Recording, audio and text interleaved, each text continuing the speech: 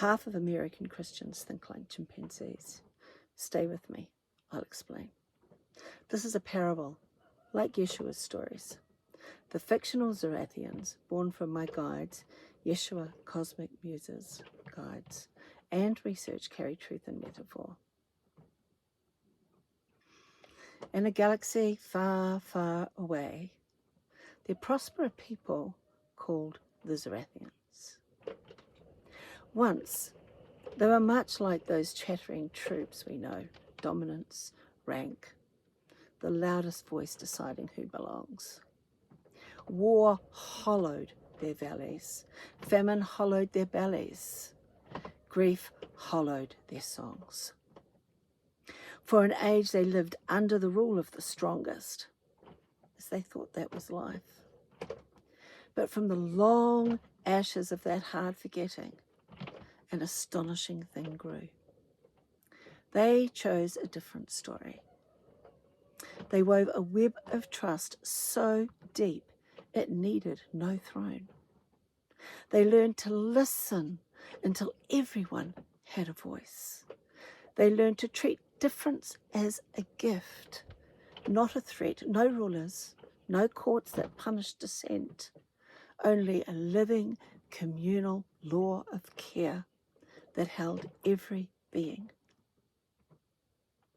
When their world healed, their people turned outward, not to conquer, but to understand. Cosmic travelers, the Zorathians, sailed their quiet ships across the stars and explored.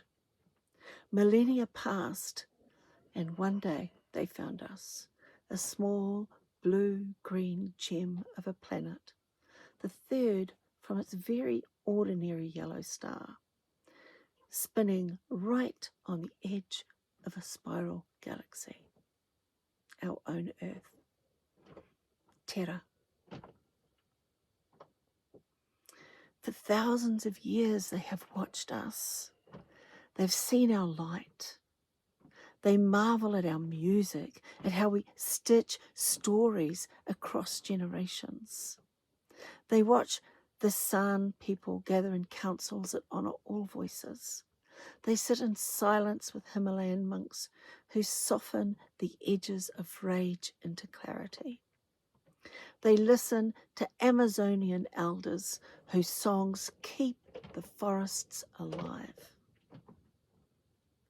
The Zorathians point to smaller things too, and laugh with tenderness. A pair of male penguins in Otago who hatch and raise chicks together with a devotion that makes the heart tilt. A fish in coral who changes its sex to ensure the next generation. Nature itself is full of improvisation, of life finding a way through difference. Diversity is not a problem to fix. It's the world's way of being whole. But they also see our shadow. Patterns repeat. We do not only watch chimpanzees, we often mirror them. Alpha posturing, territory guarded by fear, outsiders pushed to the edge, power spoken of as a virtue. The Zorathians recognized the shape because it was the shape that almost destroyed them once. They point to the rhetoric rising in our streets and on our screens, language that makes belonging conditional, that ties liberty to a single confession or a single culture. They listen to claims that some cultures are better, that freedom belongs to one face and one faith. To the Zorathians, this sounds terribly familiar. The older drumbeat that leads to walls and wars. I name Charlie Kirk here not to exalt him, but to name a wider pattern, a rhetoric that asserts Western culture as the summit of human achievement, that measures liberty by a single tradition, and that answers difference with suspicion.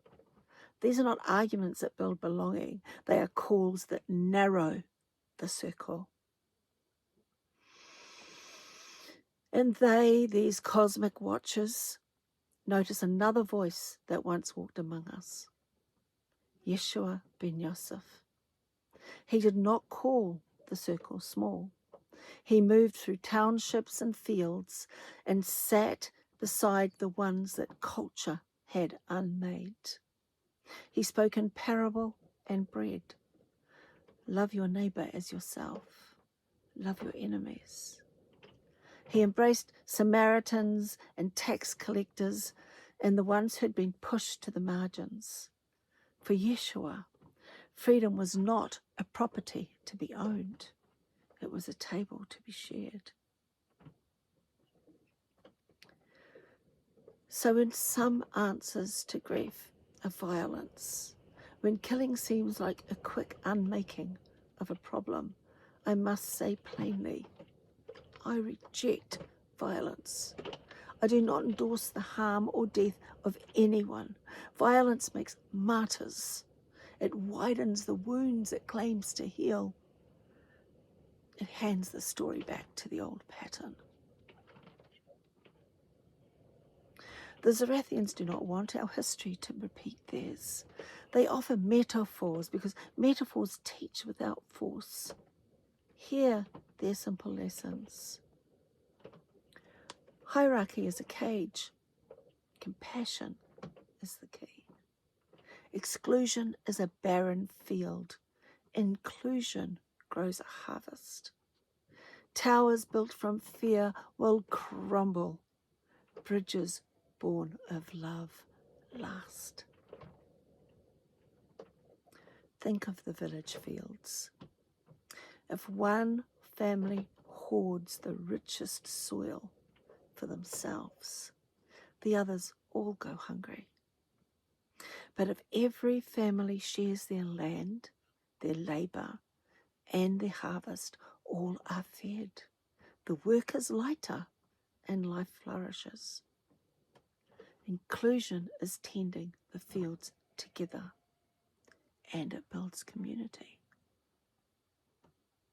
Let's look at nature again. Bonobos, who are cousins to the chimpanzees, they resolve tension with touch and caregiving. They show us an alternative, feminine leadership, conflict soothed with care. Bees and whales and dolphin pods teach cooperative intelligence. The cosmos does not only give us mimicry of dominance, it gives us living models of belonging. And here in our world, seeds are already sprouting. In Norway, art programs make space for voices once excluded. In Ethiopia, festivals honour the sacred humanity of people with disability.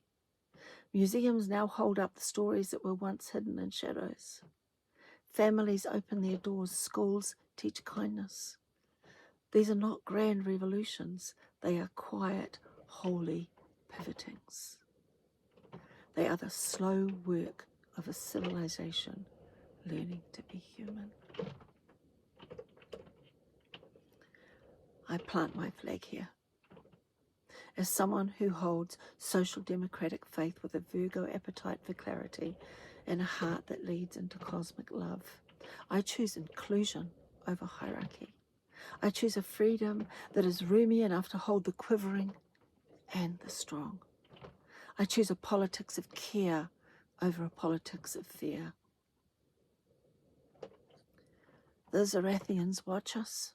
Yeshua whispers to our heart. Both ask the same question in different chords. What are you becoming? A species that mirrors violence, or one that tends wounds into wisdom?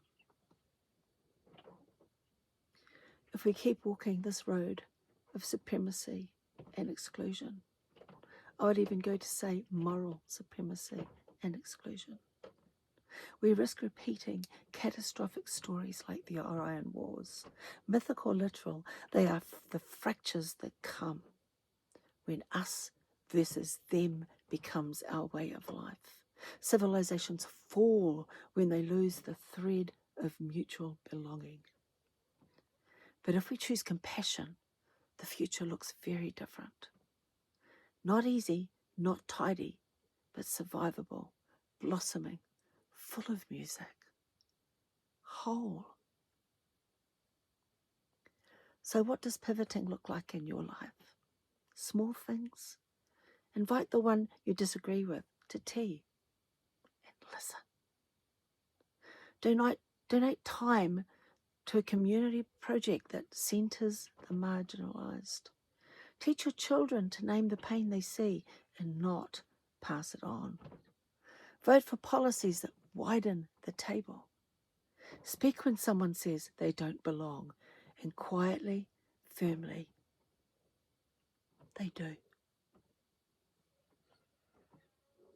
I ask you now, what one small thing will you do this week to choose inclusion?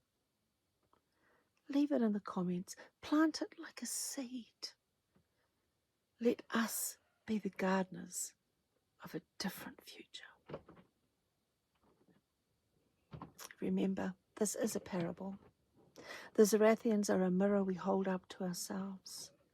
Yeshua is the heart that teaches us how to love. The cosmos, patient and vast, waits. What we do with our small human lives matters more than we think.